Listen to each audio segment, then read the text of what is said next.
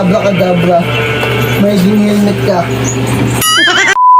Maaga nga kami gumising ngayon dahil maaga nga hinatid ni Kuya Rider ang aming mga parcel. Magtitipi lang ako ngayon ng kape at yung kape nga namin, ito yung matapang na kaya kong ipaglaban.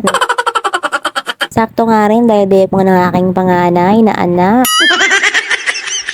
Maaga nagising si Drake dahil maaga siya natulog kagabi. Nagtimpla na nga ako ng 2 kape para sa aming dalawa para buhay na buhay kami ngayong umaga na to. Lagay ko nga ng mga kape sa lamesa, nakita ko itong mga parcel na to at naisipan ko na rin siyang i-unbox. Kinain nga ng wet pack ang short kaya ayun, dinukot-dukot ko muna. Lilinisan ko nga muna itong aming sahig at wawalisan dahil dito kami mag-unbox ng aming mga parcel. Si Drake nga yung pinag-unbox namin para damang-daman niya na kanya nga yan. Bakit saktong tapang sarap ang Nescafe Classic? Dahil nagsama ang sa bawat Ako na magkano sa'yo. Bawal tumingin, Drake ha. Bawal tumingin ah. Bawal tumingin. Tumingin, madaya ka. Daya ka ah. Bawal tumingin na. Bawal tumingin. Daya. Bawal tumingin. Bawal tumingin ah. Ang dali! Bawal tumingin! 1, 2, 3, go! Ayun na oh. Yay! Nililo na si Jake sa kanyang lamesa. Yay!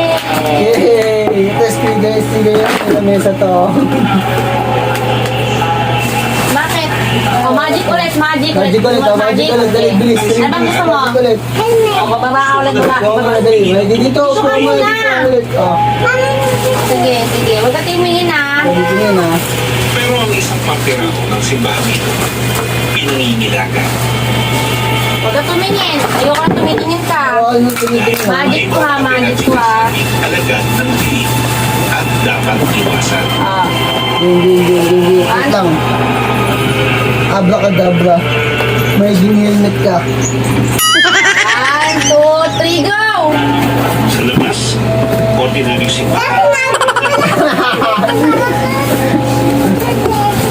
May kasama na nga siyang free stickers. Ang ganda nga ng helmet na to. Tingnan nyo naman, full face na siya. Tinesting na nga yung helmet kay Drake kaso nga lang, medyo maluwag ka talaga. 3 to 15 years old nga tong helmet na to at mabilis lang naman lumaki ang mga bata. Tuwang-tuwa nga naman talaga tong batang to kasi pagpunta daw niya kay daddy lo, naka-helmet siya. Kumuha nga ng bonus sa daddy para paglagay ng helmet, fit na fit nga yung helmet sa kanya dahil medyo malaki pa talaga sa kanya yung helmet. At tatawa nga siya dahil hindi na nga maluwag sa kanya yung helmet at medyo nag-fit na nga sa kanya yung helmet niya. Meron nga siyang free stickers at kayo na bahala kung saan siya ikakabit. Hindi nga lang pang lalaki yan, meron din tayong mga pang babae dyan at iba't ibang mga kulay at may mga disenyo din yan. For only 479 pesos ko nga siya nabili. Kung bet mo nga rin to para sa inyong mga Junakis, check lang po kayo sa ating comment section. Like, share, and follow na rin po tayo for more videos. Thanks for watching!